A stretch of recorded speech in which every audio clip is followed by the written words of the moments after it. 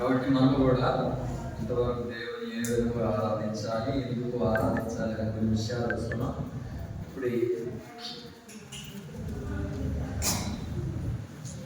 ఇప్పుడు కూడా మనం కూడా ఆయన రక్త మాంసంలో చెయ్యి వేసే మనం కూడా ఏ విధముగా ఉండి మనము ఆయన రక్త మాంసంలో చేయి వేయాలి, ఆయన శరీరంలో ఆయన రక్తంలో ఏ విధముగా యోగ్యమైన రీతిలో మనం పాల్పంపులు పొందాలనే కొన్ని విషయాలు చూసుకొని మన వాక్యపు వెలుగులో పరిశీలింపబడిన హృదయముతో యోగ్యముగా చేయి వేయాలని దేవుని ఆశయం. 1 కొరింథీయులకు రాసిన పత్రిక 11వ అధ్యాయము 23వ వచనం నుంచి కొన్ని వచనాలు మనం మార్చి చదువుతున్నాం.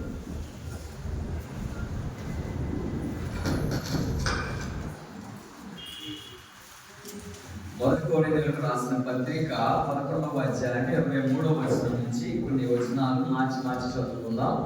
బైబిల్ కలిగిన వారందరూ మీ బైబిల్ చేరపట్టుకొని నూతన నిబంధన గ్రంథంలో 153వ పేజీ 1 కొరింథీయులకు రాసిన పత్రిక 11వ అధ్యాయం 23వ వచనం. నేను ఒక వచనం చదువుతా, మీరు ఒక వచనం చదవండి. నేను మీకు అప్పగించిన దానిని ప్రభువు వల్ల పొందితిని. ప్రభువైన యేసు తాను అప్పగింపబడిన రాత్రి యొక్క రొట్టెను ఎత్తుకొని కృతజ్ఞతాస్తుతులు చెల్లించి కొరకైన నా శరీరము జ్ఞాపకం చేసుకున్నట్టుగా చేయడం చెప్పండి. ఆ ప్రకారమే భోజనమైన పిమ్మట ఆయన పాత్రను ఎత్తుకొని, పాత్ర నా రక్తం వల్ల కొత్త నిబంధన, మీరు దీనిలోనికి త్రాగునప్పుడెల్లా నన్ను జ్ఞాపకం చేసుకున్నట్టుగా దీన్ని చేయడని చెప్పాను. మీరు ఈ రొట్టెని పాత్రలో ప్రభువు వచ్చే వరకు ఆయన మరణము ప్రచురించుదు. కాబట్టి ఎవడు అయోగ్యముగా ప్రభు యొక్క రొట్టెను తినునో లేక ఆయన పాత్రలోనిది త్రాగునో వాడు ప్రభు యొక్క శరీరం గుచ్చియు ఆయన రక్తమును గుచ్చియు అపరాధి అగును. ప్రతి మనుషుడు తను తాను పరీక్షించుకోవలను, ఆదాలు చేసి ఆ రొట్టెను తిని ఆ పాత్రలోనికి త్రాగవలను. ప్రభు శరీరం అని వివేచింపక తిని త్రాగువాడు తనకు శిక్షా విధి కలుగుటకే తిని త్రాగుచున్నాడు. ఇందువలననే మీలో అనేక బలహీనులను రోగులై ఉన్నారు, చాలా మంది నిద్రించుచున్నారు. అయితే మనలను మనమే విమర్శించుకొని ఎడల తీర్పు పొందక పోదుము. 32వ వచనం మనం అందరం కలిసి చదువుకుందాం.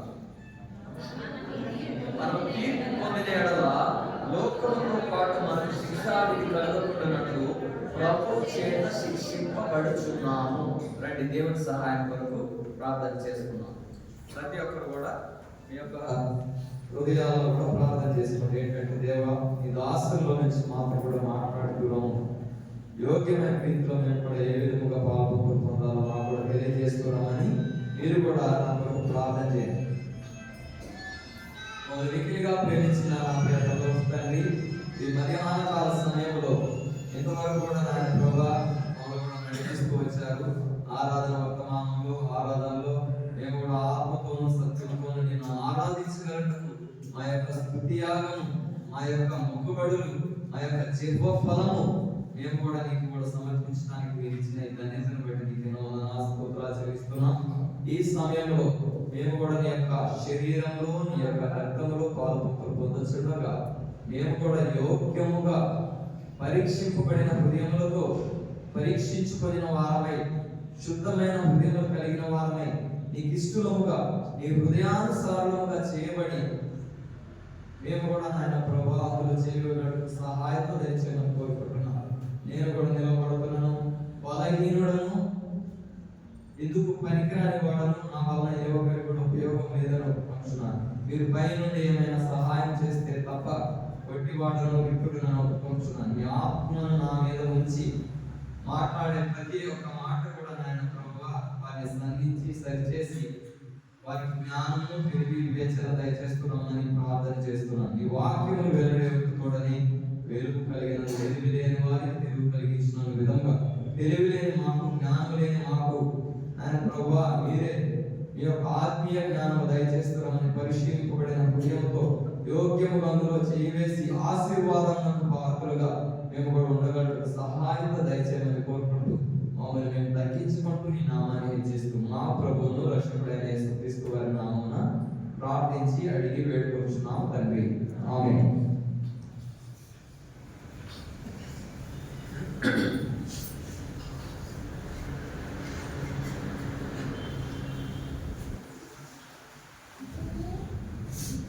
కాబట్టి ఎన్నిసార్లు ఆయన యొక్క రక్త మాంసంలో మనం చేయి వేసినప్పటికీ ప్రతి వారం కూడా మనము ఈ వాక్య లేఖన భాగమును చదువుకుంటున్నాం. మొదటి కొరింథీయులకు రాసిన పత్రిక 11వ అధ్యాయము 23వ వచనం నుంచి కొన్ని వచనాలు చదువుకుంటున్నాం. కాబట్టి ఇక్కడ గమనించవలసిన విషయం ఏదైనా ముఖ్య విషయములు ఏమైనా ఉన్నాయంటే,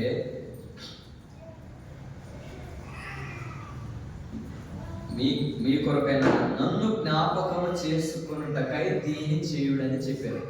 కాబట్టి ఆయన రక్తములో, ఆయన శరీరంలో తీసుకునే ప్రతి ఒక్కరం కూడా మొదటిగా మనం జ్ఞాపకం చేసుకోవాలి. ఏ విషయాలు జ్ఞాపకం చేసుకోవాలంటే, యేసు క్రీస్తు ప్రభువారు మనుష్యుడుగా ఎందుకు జన్మించారు, పరలోకములో నుండి భూలోకంలోనికి ఎందుకు వచ్చారు, వచ్చిన ఆయన ఆ సిలువలో ఎందుకు మరణించారు, దేని నిమిత్తం మరణించారు, ఆయన మరణం ద్వారా మనకు ఏమి కలిగినది అనే విషయాన్ని మనం జ్ఞాపకం చేసుకోవాలి.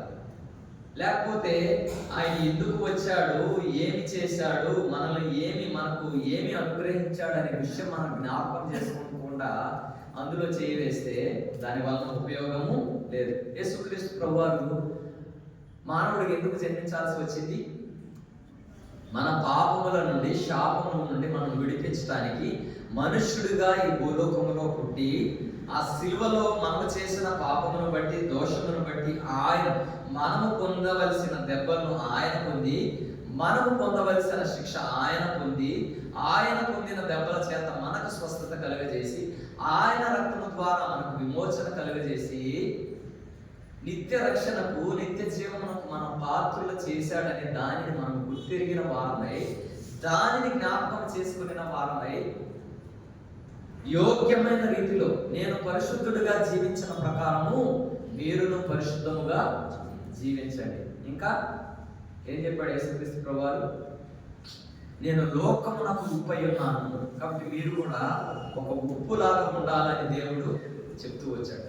కాబట్టి ఆయన ఏ విధముగా అయితే జీవించాడో మనము కూడా ఆ విధముగా జీవించి, యోగ్యులముగా, పరిశుద్ధులముగా జీవించి, అపరిశుద్ధమైన ఆయన శరీరమును, పరిశుద్ధమైన ఆయన రక్తమును యోగ్యమైన రీతిలో పాల్గొని పొందాలని దేవుని వాక్యము సెలవిస్తుంది. ఏంటిదంటే, కాబట్టి ప్రతి మనుషుడు తను తాను పరీక్షించుకోవలను, ఆలాపు చేసి ఆ రొట్టెను తిని ఆ పాత్రలోనిది ఏంటంట, ప్రతి మనుషుడు ఏం చేయాలంట?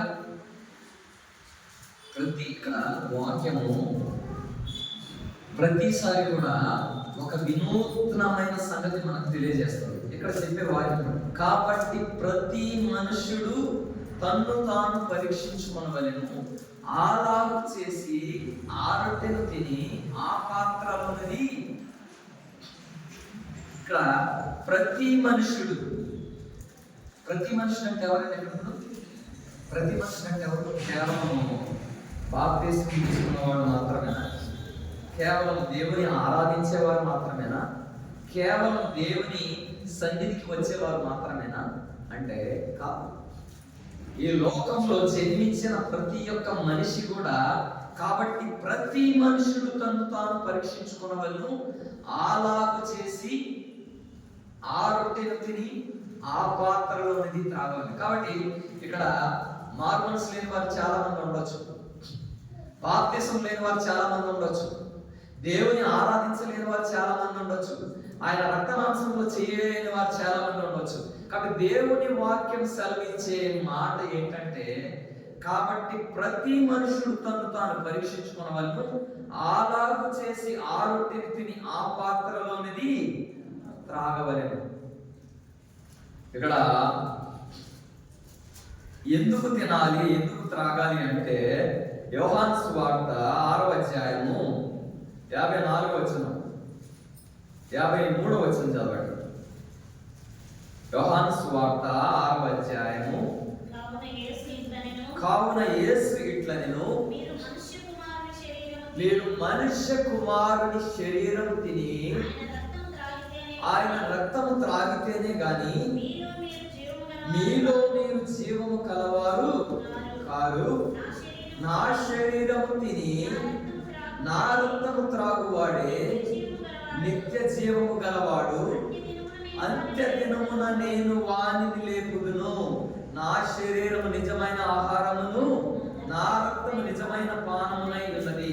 నా శరీరము తిని నా రక్తము త్రాగువాడు నా యందును, నేను వాని యందును నిలిచిందును.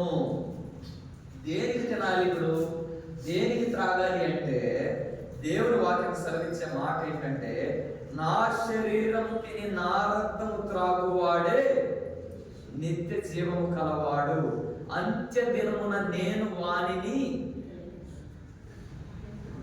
అంత్య దినమున నేను వానిని. ఎవడు వీడు?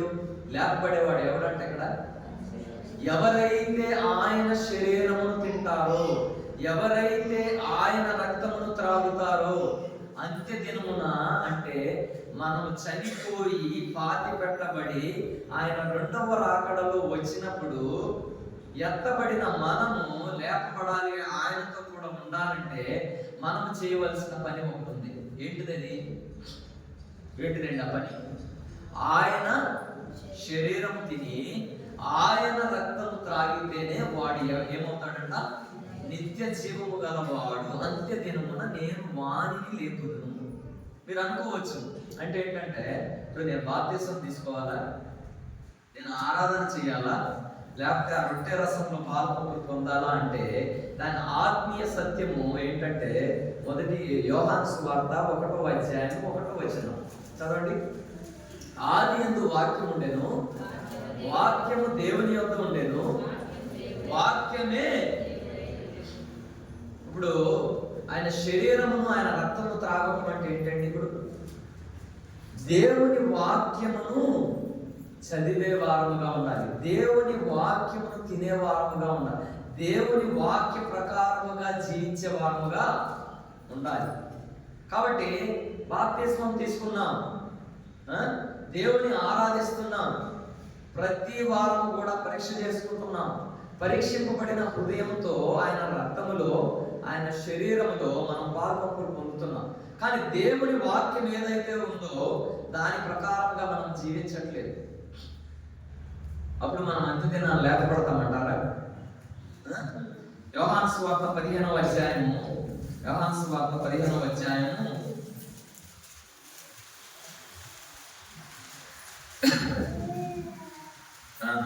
చదవండి.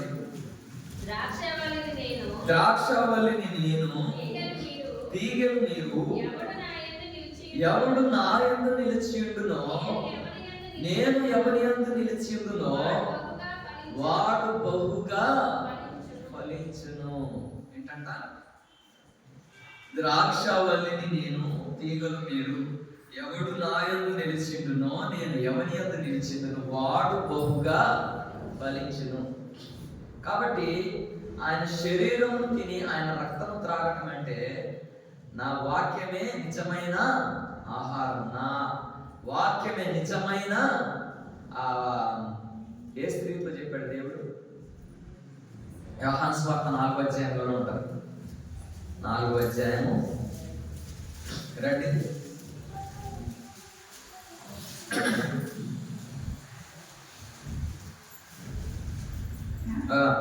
11వ వచనం. అందుకు యేసు, ఈ నీళ్లు త్రాగు ప్రతి వాడును మరలా దప్పికొనును, నేను ఇచ్చు నీళ్లు త్రాగువాడు ఎప్పుడును దప్పికొను. నేను వారికి ఇచ్చు నీళ్లు నిత్య జీవమునకై వానిలో ఊరడి నీటి బుగ్గగా ఉండునని ఆమెతో చెప్పాను. ఇది ఏ పానము, ఏ ఆహారం అంటే నిత్య జీవమునకైనా ఆహారం. కాబట్టి మనం ఎంత ఆహారం తిన్నప్పటికీ కూడా మనకి తృప్తి ఉండదు, ఎంత పానం చేసినప్పటికీ కూడా మనం తృప్తి ఉండదు. కానీ ఎప్పుడైతే దేవుడిచ్చే ఈ వాక్యమును చదివి దాని యందు నిలిచి ఉండే వారముగా ఉంటామో మనకేముంటదంట? అందుకు యేసు, ఈ నీళ్లు త్రాగు ప్రతి వాడును మరలా దప్పికొనును, నేనిచ్చు నీళ్లు త్రాగు వాడు ఎప్పుడునూ దప్పికొనడు, నేను వానికిచ్చు నీళ్లు నిత్య జీవనకై వానిలో ఊరెడు నీటి బుగ్గగా ఉండునని ఆమెతో చెప్పాను. అర్థమైందా? కాబట్టి మనం కూడా ఆయన ఇచ్చే ఆహారం తినాలి. ఈ వాక్యం తినేవారుగా ఉండాలి. ప్రతి దినం కూడా మనము ఎన్నిసార్లు తింటామండి? 3 times a day, 2 times a day. We eat thrice a day and drink twice a day. అంటే 3 సార్లు భోజనం చేస్తాం, 2 సార్లు టీ కాఫీ తాగుతాం. కాదండి, 4 సార్లు తాగేవాళ్ళు కూడా ఉన్నారు కాఫీ. కానీ వాక్యం ఎన్నిసార్లు చదవగలుగుతున్నాం? How much time we are able to spend near God and how much time we are able to spend in eating and drinking. నేను రఫ్ క్యాలిక్యులేషన్ చెప్పాను కదా, ఎన్ని గంటలు చెప్పాను? వారి కార్యక్రమాలు అన్నిటికీ అటెండ్ అయితే కూడా ఎన్ని గంటలు చెప్పాను? 10 గంటలు చెప్పాను. 3 గంటలు, ఇంకా 2 గంటలు, 3, 2, మళ్ళీ 2, మళ్ళీ 2, మళ్ళీ 3, మొత్తం 10 గంటలు వార కార్యక్రమాలకు అన్నిటికీ అటెండ్ అయ్యి ఆదివారం 3 గంటలు ఇక్కడ ఉండినా కూడా వారం అంతటిలో కూడా మనం దేవుని సన్నిధిలో గడపగలిగే సమయం ఏదన్నా ఉందంటే కేవలము 10 గంటలే. ఎంత టైం తినడానికి ఉపయోగిస్తున్నాం, ఎంత టైం తాగడానికి ఉపయోగిస్తున్నాం? రోజుకు ఒక 8 గంటలు, రోజుకి 8 గంటలు పడుకోవడానికి ఉపయోగిస్తున్నాం. కానీ వారానికి 10 గంటలు దేవుని సమయము దేవునికి ఇవ్వలేని వారంగా ఉన్నాం. కాబట్టి మొదటిగా మనం పరీక్షించుకోవాల్సిన విషయం ఏమిటంటే దేవునికి మనం ఇచ్చే సమయం విషయంలో మనం నమ్మకంగా ఉన్నామా? దేవుని వాక్యము చదివే విషయంలో, దేవుని ప్రార్థించే విషయంలో మనం నమ్మకంగా ఉండగలుగుతున్నామా లేదా అనేది మనము పరీక్షించుకోవాల్సిన విషయం. సమయం ఎక్కువగా లేదు కాబట్టి ప్రతి మనుషుడు తాను పరీక్షించుకోవాలి.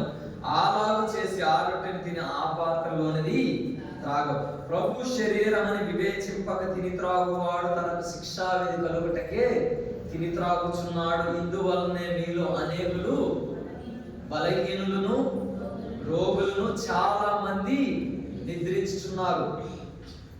ఏంటంట? అయితే మనలను మనమే విమర్శించుకొని ఎడల తీర్పు పొందకపోదము. కాబట్టి మనల్ని మనమే విమర్శించుకునేవారుగా ఉండాలి, మనల్ని మనమే పరీక్షించుకునేవారు. కాబట్టి మనకు సమయం ఎక్కువగా లేదు కాబట్టి కొన్ని విషయాలు మనం కూడా చూసుకొని వాక్య వెలుగులో ఆయా విషయాలలో మనము దేవుని దృష్టికి అనుకూలంగా ఉన్నామా లేదో పరీక్షించుకొని యోగ్యమైన రీతిలో అందులో పాల్పొందులు పొందాలని దేవుని ఆశయం ఉంది. రోమీలకు రాసిన పత్రిక 12వ అధ్యాయము 1వ వచనం. రోమీలకు రాసిన పత్రిక. కాబట్టి సహోదరులారా, పరిశుద్ధమును దేవునికి అనుకూలమునైన సజీవ యాగముగా మీ శరీరములను ఆయనకు సమర్పించుకొనుడని దేవుని వాత్సల్యమును బట్టి మిమ్మును బతిమాలుకొనుచున్నాను.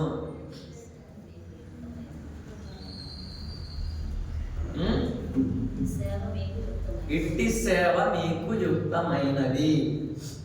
ఎన్నిసార్లు చదువుకున్నాం ఇది? కాబట్టి సహోదరులారా, పరిశుద్ధమును దేవునికి అనుకూలమునైన సజీవ యాగముగా మీ శరీరమును ఆయనకు సమర్పించుకొనుడని దేవుని వాత్సల్యమును బట్టి మిమ్మును బతిమాలుకొనుచున్నాను. ఇట్టి సేవ మీకు యుక్తమైనది. ఏంటంట? సజీవ యాగము అంటే ఏంటి? బ్రతికుండగానే, ప్రాణంతో ఉండగానే ఏం చేయటం అంట? కాల్చివేయటము, లేకపోతే పూడ్చిపెట్టడము, లేకపోతే నరికి వేయడము, దీన్ని సజీవ యాగము అంటారు. రీసెంట్గా మేము ఒక బరియల్ కార్యక్రమంకి వెళ్ళాం. అక్కడ రంగాపురం వెళ్తే అక్కడ ఏం చేస్తారంటే ఒక నల్ల కోడిపిల్ల ఒకటి తీసుకొని వచ్చారు. నల్ల కోడిపిల్ల అంతా మా ప్రకారంగా జరిగింది. ఆకకు వచ్చేసరికి ఆమెకు ఛాన్స్ ఇచ్చారు. ఏమని? ఈ ఓడి పట్టుకొని ఆ బాడీ మోసుకెళ్ళండి అని చెప్పారు. అంతవరకు సక్రమంగా జరిగింది. సర్లే ఎంత ఛాన్స్ ఇచ్చేసరికి వాళ్ళకి మొదలు పెట్టారు ఇంకా ఆ కార్యక్రమాలు. ఏం చేశారు? ఒక 10 లీటర్లు నీళ్ళు తీసుకొచ్చారు, పోశారు. తర్వాత కొబ్బరికాయలు తెచ్చారు, కొట్టారు. ఆ తర్వాత ఇవన్నీ చాలన్నట్టు ఒక నల్ల కోడి పిల్లని తీసుకొచ్చారు. దేనికంటేనంట ఆ నల్ల కోడి పిల్ల పెట్టులో పెట్టాక బతికిన కోడి పిల్లని ఏం చేస్తారంట ఆ మట్టిలో కప్పి పెట్టేస్తారు. ఏం చేశారు దాన్ని? సజీవ యాగముగా. అంటే ఎందుకు చేశారో నాకు అర్థం అవ్వలేదు. అంటే దేనికి చేశారంటారు? దాని వెనకాల ఏమన్నా కాన్సెప్ట్ ఉందా? మంగళవారం అయితే అలా చేస్తారంట. కాబట్టి సజీవ యాగముగా అంటే ఏంటంటే మనం కూడా ఈ భూలోకంలో జీవించిన జీవిత కాలంలో కూడా మనకు కూడా చాలా ఇష్టాలు ఉంటాయి కదా, చాలా కోరికలు ఉంటాయి, చాలా రకాలుగా ఉండాలని ఉంటుంది. కాబట్టి సజీవ యాగముగా అంటే యేసుక్రీస్తు ప్రభువారు కూడా 33.5 సంవత్సరాలు ఈ లోకంలో జన్మించినప్పుడు మానవుడుగా జన్మించి ఆయన కూడా మానవుడు పొందవలసిన బాధలు, కష్టాలు, ఇరుకులు, ఇబ్బందులు, పరిస్థితులన్నిటి గుండా కూడా ఆయన వెళ్ళాడు. సజీవ యాగముగా ఆయన యొక్క శరీరము అర్పించుకున్నాడు. ఆకలి అంటే తెలుసు, దాహం అంటే తెలుసు, చలి అంటే తెలుసు. లేకపోతే ఇక ఆ శిలువలో మరణం ద్వారా ఆయన ఎన్నో రకములైన వేదనలు, శ్రమలు పొందాడు. సజీవ యాగముగా ఆయన అర్పించుకున్నాడు. కాబట్టి వాక్యం సెలవిచ్చే మాట ఏంటంటే సజీవ యాగముగా మీ శరీరములను ఆయనకు సమర్పించుకోవాలి.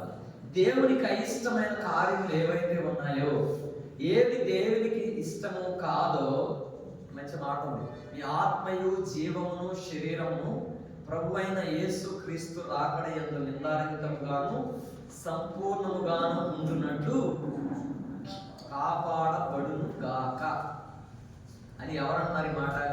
అపోస్తలుడైన పౌలు 1 తెస్సలోనికైలకు రాసిన పత్రిక 5వ అధ్యాయం 23వ వచనం. మీ ఆత్మయు జీవమును శరీరం. మనుషుడికి 3 ఉంటాయి. ఆత్మ ఒకటి, జీవం ఒకటి, శరీరం ఒకటి. ఈ 3 కూడా యేసుక్రీస్తు రాకడ వరకు కూడా నిందారహితముగాను సంపూర్ణముగాను ఉండునట్లు కాపాడుకోవటం ఎవరి చేతిలో ఉంది? మన చేతిలోనే ఉంది కదా. రోమీయులకు రాసిన పత్రిక 6వ అధ్యాయం, రోమీయులకు రాసిన పత్రిక 6వ అధ్యాయం 5వ వచనం. 8 సారీ, రోమీయులకు రాసిన పత్రిక 8వ అధ్యాయం 5వ వచనం. రోమా 8:5 అంతేనా? శరీరానుసారులు శరీర విషయముల మీద మనసుంతురు, ఆత్మానుసారులు ఆత్మ విషయముల మీద మనసుంతురు. శరీరానుసారమైన మనస్సు మరణము, ఆత్మానుసారమైన మనస్సు జీవమును సమాధానమునై ఉన్నది. ఏలైనగా శరీరానుసారమైన మనసు దేవునికి విరోధమై ఉన్నది, అది దేవుని సర్వశాస్త్రములకు లోబడదు, ఏ మాత్రమును లోబడ నేరదు. ఏంటంట? శరీర 2 విషయాలు ఇప్పుడు షార్ట్ కట్ లో చెప్తా. శరీరము, ఆత్మ. శరీరానుసారులు, ఆత్మానుసారులు. ఏంటంట? శరీరానుసారులు శరీర విషయముల మీద మనసునుంతురు, మొదటి విషయం. రెండవదిగా ఆత్మానుసారులు ఆత్మీయ విషయముల మీద మనసునుంతురు. వచ్చిందా క్లారిటీ? మనం పరీక్షించుకోవాల్సిన విషయం ఏంటంటే మనము శరీరానుసారులమా, ఆత్మానుసారులమా? శరీరానుసారులమైతే శరీర విషయముల మీద మనసు ఉంచుతాం, ఆత్మానుసారులమైతే ఆత్మీయ విషయముల మీద మనసు ఉంచుతాం. రెండో విషయం ఏంటంటే శరీరానుసారమైన జీవితము ఏమన్నా, శరీరానుసారమైన మనస్సు మరణము, ఆత్మానుసారమైన మనస్సు. చూసారా? డబల్ బంపర్ ఆఫర్ అంటారు కదా. శరీరానుసారముగా జీవిస్తే ఏమొస్తుందంట? మరణం వస్తుందంట. ఆత్మానుసారముగా జీవిస్తే జీవము ప్లస్ సమాధానం కూడా వస్తుందంట. ఏంటంట? మనకు తెలుసు మంచి ఏదో చెడేదో తెలుసు కదా మనకు.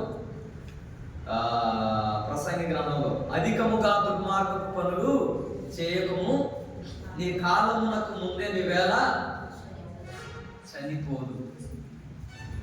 ఎన్నిసార్లు గద్దించినను లోబడిన వాడు మరి తిరుగు లేకుండా హఠాత్తుగా నాశనమగదు.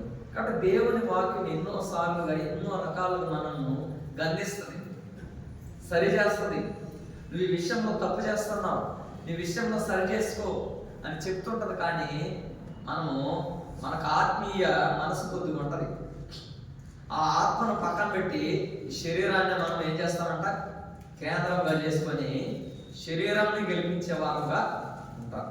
కాబట్టి కింద చూసుకున్నట్లయితే 11వ వచనం, మీరు శరీరానుసారముగా ప్రవర్తించే ఎడల చావవలసిన వారైందురు గాని ఆత్మ చేత శరీర క్రియలను చంపిన ఎడల జీవించెదరు.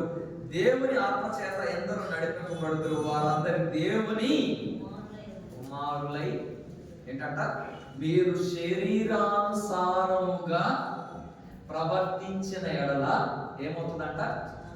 చావవలసిన వారై యుందురు గాని ఆత్మ చేత శరీర క్రియలను చంపిన ఎడల జీవించదు. కాబట్టి మనం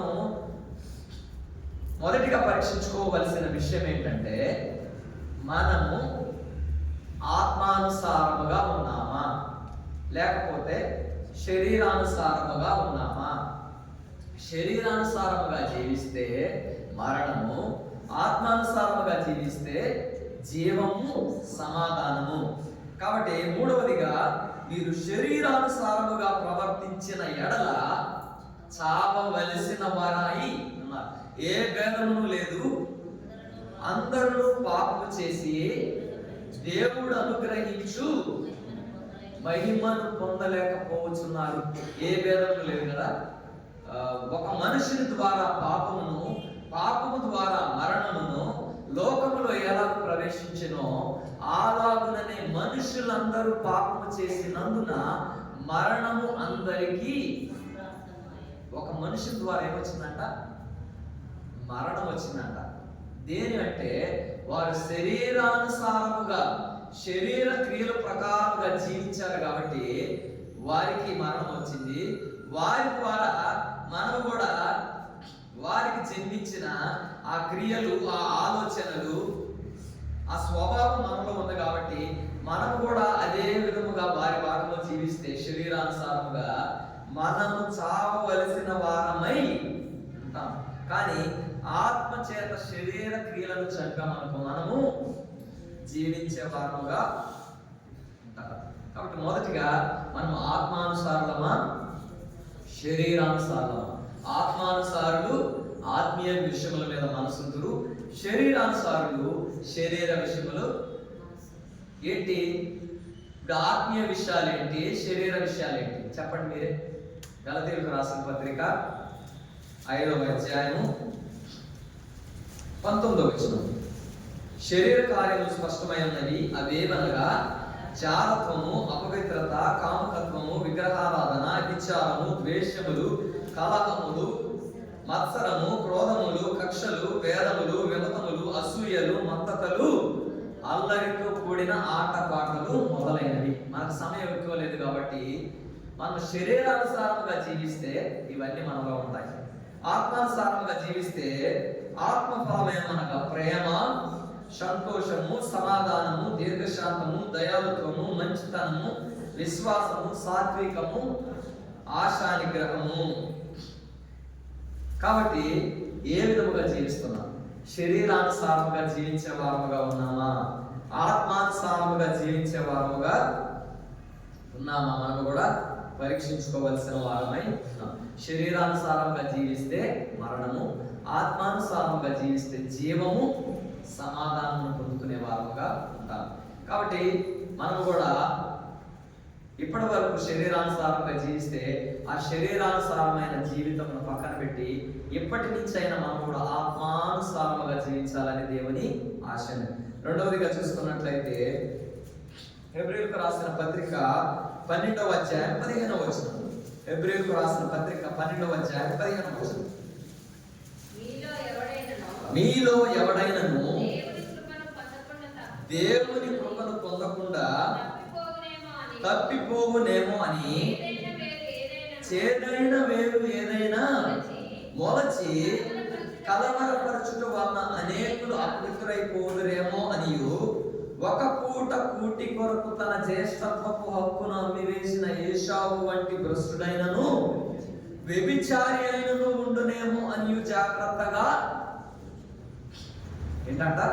మీలో ఎవడైనను దేవుని కృపను పొందకుండా తప్పుకోవనేమో అనియు చేదైన వేరు ఏదైనను మలచి కలవరపరచుట వలన అనేకులు అపవిత్రులైపోదురేమో అనియు ఒక పూట కూటి కొరకు చెప్పాలి, గట్టిగా చెప్పాలి.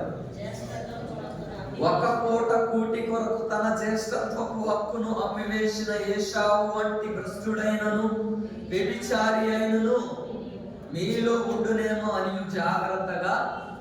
ఎందుకు అంత గట్టిగా చెప్పాలి కదా? ఎందుకు చెప్పబడింది ఒక్క పూట కూటి కొరకు అని? ఎందుకు చెప్పబడింది?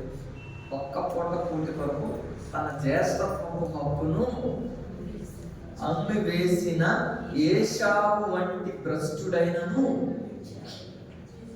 వ్యభిచారి అని కూడా అన్నాడండి. ఎందుకు అన్నాడు దేవుడు? భ్రష్టుడు అన్నాడు, ఓకే బా. వ్యభిచారి అనాల్సిన పరిస్థితి ఏంటి? వ్యభిచారి అని ఎవరంటారు మామూలుగా సాధారణంగా ప్రాక్టికల్లీ స్పీకింగ్?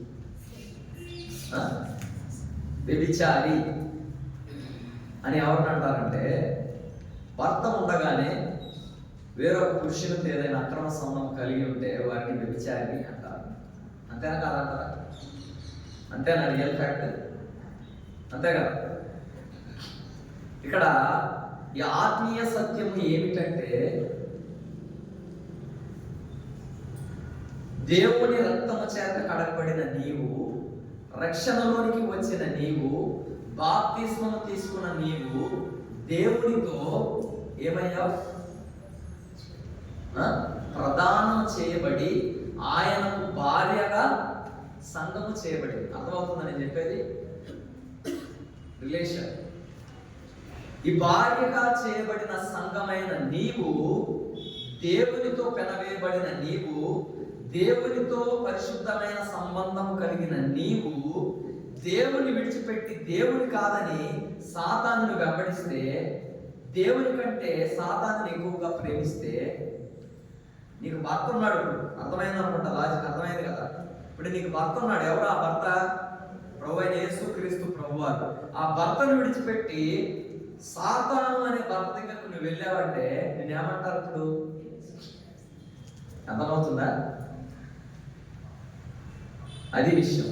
కాబట్టి దేవుని వాక్యం ఎందుకు చెప్తుందంటే, మీలో ఎవడైనను దేవుని కృప పొందకుండా తప్పిపోనేమో అనియు చేదైన వేరు ఏదైనను మలచి కలవరపరచుట వలన అనేకులు అపవిత్రులైపోదురేమో అనియు ఒక్క పూట కూటి కొరకు తన జ్యేష్ఠత్వపు హక్కును అమ్మివేసిన ఏశావు వంటి భ్రష్టుడైనను వ్యభిచారి అయినను ఉండునేమో అనియు జాగ్రత్తగా.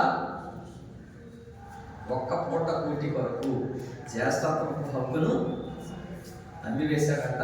దానివల్ల ఏమైపోయాడంట? భ్రష్టుడైపోయాడు. రెండవదిగా వ్యభిచారి అయిపోయాడు.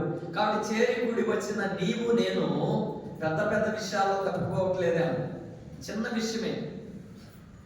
అతడు తమ్ముడు చేసిన ఆ యొక్క చిక్కుడుగాయల కూరను తీసుకొని ఇచ్చాడు. అక్కడ చేసిన తప్పు ఏం లేదు. నా జ్యేష్ఠతో వాపు నీకు ఇచ్చేస్తా, నాకు ఆ చిక్కుడుగాయల కూర ఇవ్వమన్నాడు. ఏశావు చేసిన పని అని. కాబట్టి విశ్వాసులముగా పరిశుద్ధులముగా చేసిన మనం కూడా, దేవుని ఆరాధించే మనము, పరిశుద్ధులమని చెప్పబడే మనం కూడా చిన్న చిన్న విషయాలలో కూడా దేవుని ఏం చేస్తున్నామంటే అమ్మి వేసుకునే వారంగా ఉంటాం. కాదంటారా? కాదంటారా? చిన్న విషయం, చిన్న ఎగ్జాంపుల్ చెప్తా. మన పిల్లలు చదువుకుంటున్నారు, చిన్న రిజర్వేషన్ రావాలి, మనకి చిన్న రిజర్వేషన్ రావాలి. మీరు క్రైస్తవులు, మీకు క్రైస్తవ పేరు ఉందంటే మీకు రిజర్వేషన్ రాదు. బీసీ అయితే ఓసీ అయిపోతారు, ఎస్సీ అయితే ఓసీ అయిపోతారు, ఎస్టీ అయితే ఓసీ అయిపోతారంటే ఏం చేస్తాం మనం? ఏం చేస్తామండి? మేము క్రైస్తవం కాదు, మా అబ్బాయి పేరు సతీష్, చర్చిలో ఏం పేరు శాంసన్.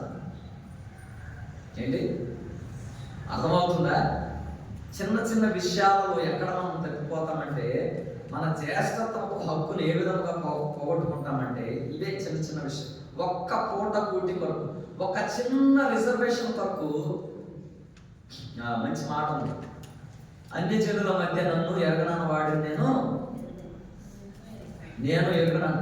అన్ని జనులు మన మధ్య నేను క్రైస్తవుడు కాదని నువ్వు అన్నావు అనుకో, ఆ నిత్యత్వంలో నువ్వు ఆ పరలోక రాజ్యంలో ఆ రెండో రాకడలో వెళ్ళినప్పుడు దేవుడు కూడా నిన్ను ఒప్పుకోడంట. ఏమని? నువ్వు నా బిడ్డ కాదంటాడు. ఎందుకు? ఈ చిన్న విషయంలో నువ్వు దేవుడిని ఒప్పుకోవాలా. నేను క్రైస్తవుడిని కాను, నేను క్రీస్తు నాకు పుట్టలేదు, నేను క్రైస్తవుడిని కాదని నువ్వు ఒప్పుకున్నావు అనుకో, దేవుడిని కూడా నిన్ను ఒప్పుకోడంట. ఎందుకు? ఒక్క పూట కూటి కొరకు అంటే ఏం చేస్తామంట? చిన్న చిన్న విషయాల్లో మనం దేవుని నొప్పించే వారంగా ఉంటాం, మన యొక్క పరిశుద్ధతను పోగొట్టుకునే వారంగా ఉంటాం, అపవిత్రులుగా అయిపోయే వారంగా ఉంటాం. దానివల్ల మనము భ్రష్టులము మాత్రమే కాకుండా ఏమైపోతున్నామంట? రెండవదిగా వ్యభిచారులం అవుతున్నామంట. దేవుని కాదని సాతానును వెంబడించే వారంగా ఉంటాం, సాతానుతో సాంగత్యం చేసే వారంగా ఉంటున్నాం, సాతానుతో సంబంధం కలిగిన వారంగా ఉంటాం. అది ఇక్కడ చెప్పబడే మాట. కాబట్టి చేరీకుడి వచ్చిన మనం కూడా అన్ని విషయాల్లో కూడా దేవునికి ప్రాధాన్యత ఇచ్చేవారముగా ఉన్నామా? సజీవ యాగముగా మన శరీరం ఆయనకు సమర్పించే వారముగా ఉన్నామా? ఆత్మానుసారముగా ఉన్నామా? శరీరానుసారముగా ఉన్నామా? ఆత్మానుసారమైన మనసు జీవమును, శరీరానుసారమైన మనసు మరణమై ఉన్నది. కాబట్టి ఏ విధంగా ఉన్నామో మనం కూడా పరీక్షించుకోవాల్సిన ఆవశ్యకత ఉన్నది. గలతీ 3:3 చదవండి. గలతీయులకు రాసిన పత్రిక 3వ అధ్యాయం.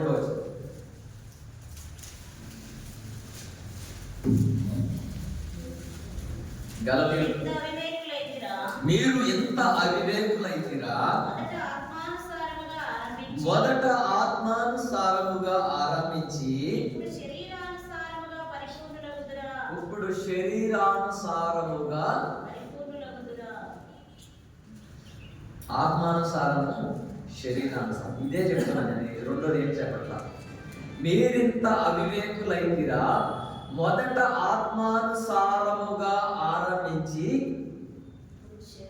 ఇప్పుడు శరీరానుసారముగా. అర్థమవుతుందా? ఏ విధంగా ఆరంభించామంట మన యొక్క భక్తి జీవితమును? మొదట ఆత్మానుసారముగా ఆరంభించి ఇప్పుడు శరీరానుసారముగా పరిపూర్ణతలోకి వెళ్ళిపోయామంట. ఇందులో ఆత్మీయతలో కాదు,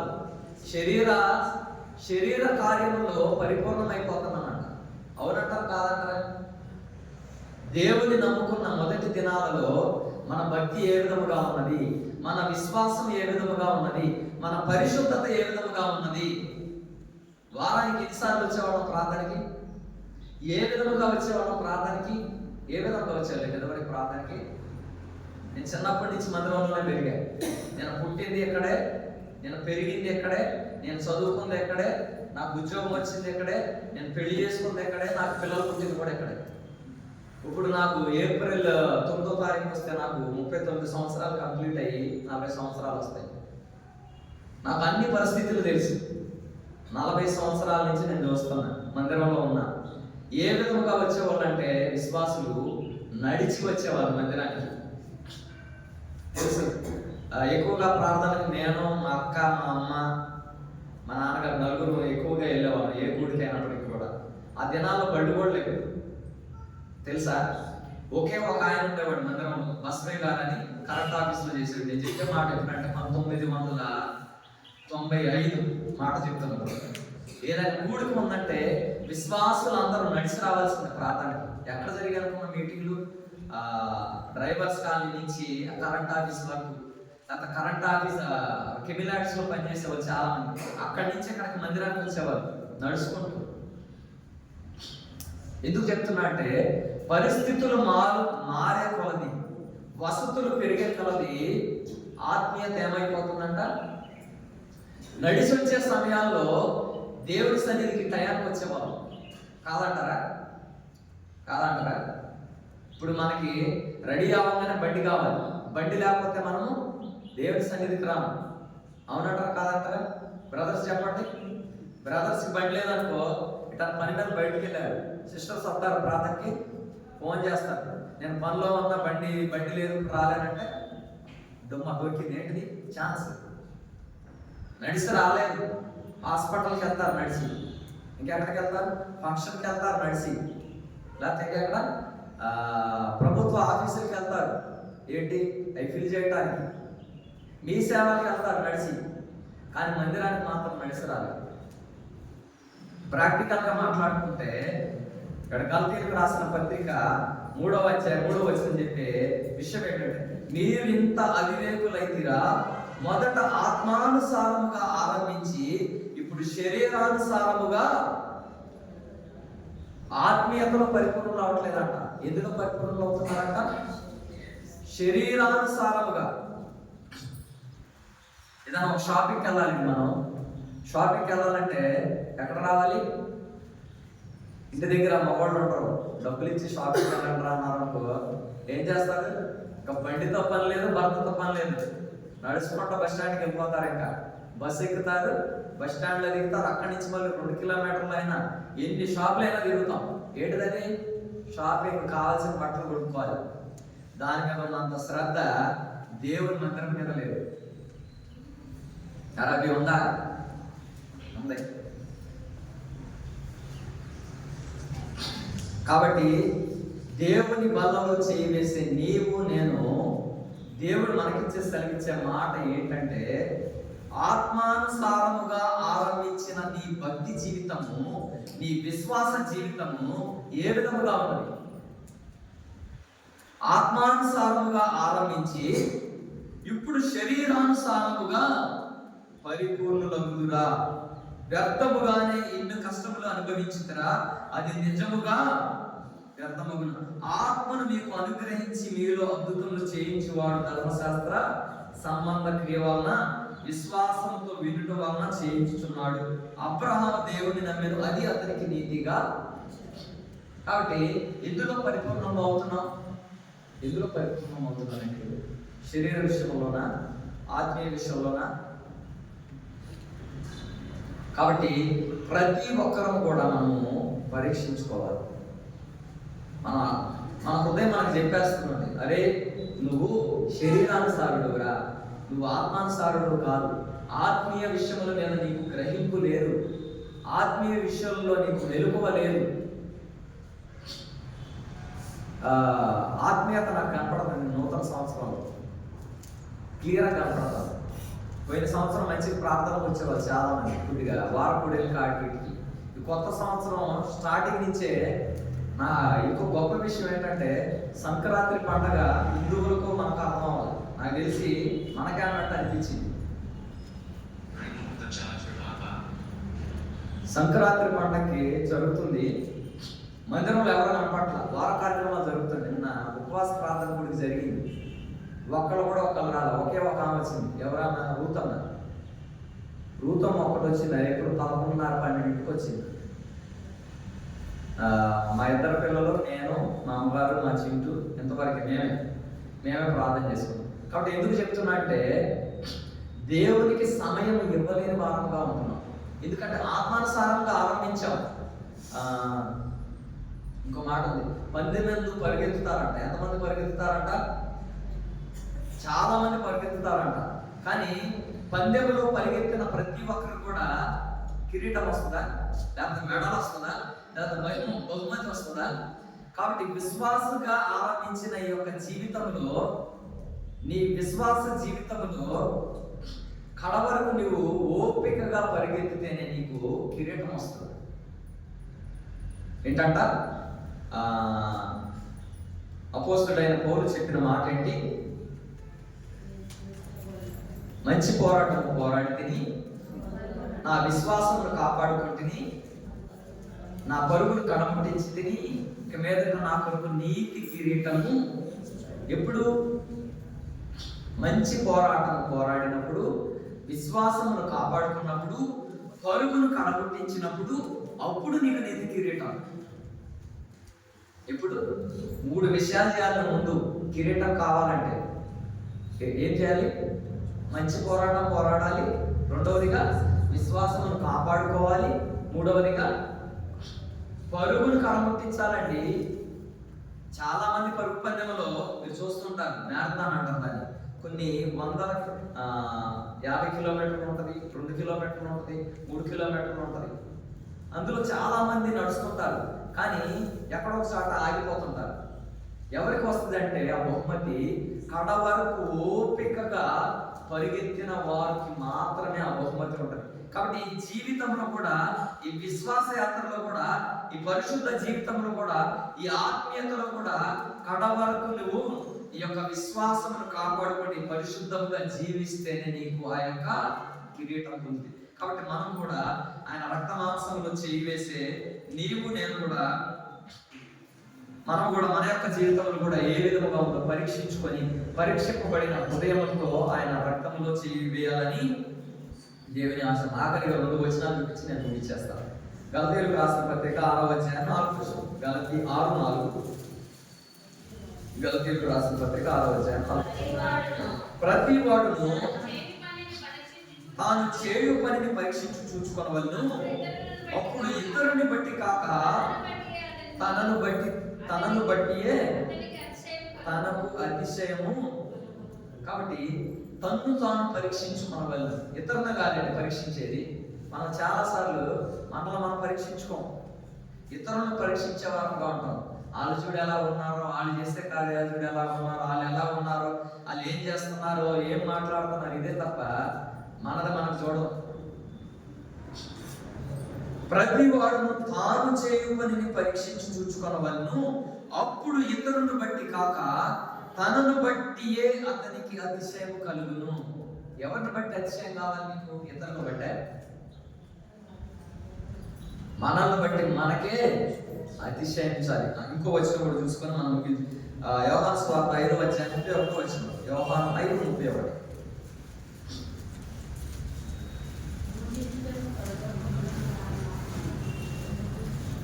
అడిగారు 5:31. నన్ను గూర్చి నేను సాక్ష్యము చెప్పుకొనిన ఎడల నా సాక్ష్యము సత్యము కాదు, నన్ను గూర్చి సాక్ష్యం ఇచ్చు వేరొకడు కలడు, ఆయన నన్ను గూర్చి ఇచ్చు సాక్ష్యము సత్యమని ఎరుగుదును. కాబట్టి ఎవరు ఇవ్వాలి సాక్ష్యము? ఎవరు ఇవ్వాలండి సాక్ష్యము? నేను నా గురించి నేను ఇచ్చుకోవాలా? మీరు వచ్చి నా సాక్ష్యం ఇవ్వాలా? నేను వచ్చి మీ గురించి సాక్ష్యం ఇవ్వాలా? ఎవరి గురించి ఎవరు ఇవ్వాలి? మనల్ని గురించిన సాక్ష్యం దేవుడు ఇవ్వాలి. కాబట్టి దేవుని దృష్టికి మనం చేయాలంట. ప్రభువు మెచ్చుకొని వాడే యోగ్యుడు, కానీ తన్ను తాను మెచ్చుకొని వాడు యోగ్యుడు కాదు. 2 కొరింథీయులకు రాసిన పత్రిక 10వ అధ్యాయము 18వ వచనం. అతిశయించు వాడు ప్రభువునందే అతిశయింపవలెను, ప్రభువు మెచ్చుకొని వాడే యోగ్యుడు, కానీ తన్ను తానే మెచ్చుకొని వాడు యోగ్యుడు కాదు. కాబట్టి నీ దృష్టికి నువ్వు మంచివాడవైతే కాదు, నా దృష్టికి నేను మంచిగానే ఉన్నాను, నా యందు నాకు ఏ దోషము కానరాదు, అయినను నేను నిర్దోషిగా ఎంచబడను, నన్ను విమర్శించువాడు ప్రభువే. నీ అందరికి ఏ పాపం కనపడదు. ఒకడు తనకు ఏర్పరచుకున్న మార్గం ఎట్టిదైనను అది తన దృష్టికి యోగ్యముగానే కనబడను, కానీ తుదకు అది మరణమాకు దారి. కాబట్టి నీవు నడిచే మార్గం నీకు మంచిగా కనబడుతుందేమో, కానీ తుదకు అది మరణానికి దారి తీసేదిగా ఉంది. కాబట్టి నీ మార్గాలు ఏ విధముగా ఉన్నాయి, నీ జీవితం ఏ విధంగా ఉంది, శరీరానుసారముగా ఉన్నదా, ఆత్మానుసారముగా ఉందా? ఆత్మానుసారమైన మనస్సు జీవమును సమాధానమును, శరీరానుసారమైన మనస్సు మరణము. అయ్యో మీరు ఎంత అవివేకులైతిరా! మొదట ఆత్మానుసారముగా ఆరంభించి ఇప్పుడు శరీరానుసారముగా పరిపూర్ణులవుతురా. కాబట్టి ఏ విధముగా పరిపూర్ణులు అవుతున్నాము? ఆత్మానుసారముగా అవుతున్నామా, శరీరానుసారముగా అవుతున్నామా? మన మనము కూడా మన యొక్క హృదయం పరిశీలన చేసుకున్న వారమై పరీక్షింపబడిన హృదయంతో యోగ్యమైన రీతిలో ఆయన రక్తమాంసంలో చేయాలని దేవుని ఆశయం లాంటి జీవితములను దేవుడు మనకు దయచేయను గాక. ఆమేన్. రండి మనం కూడా కొంత సమయము దేవుని యొక్క మన హృదయమును పరిశీలన చేసుకొని పరీక్షింపబడిన హృదయంతో చేయవేయదము గాక. ఆమేన్.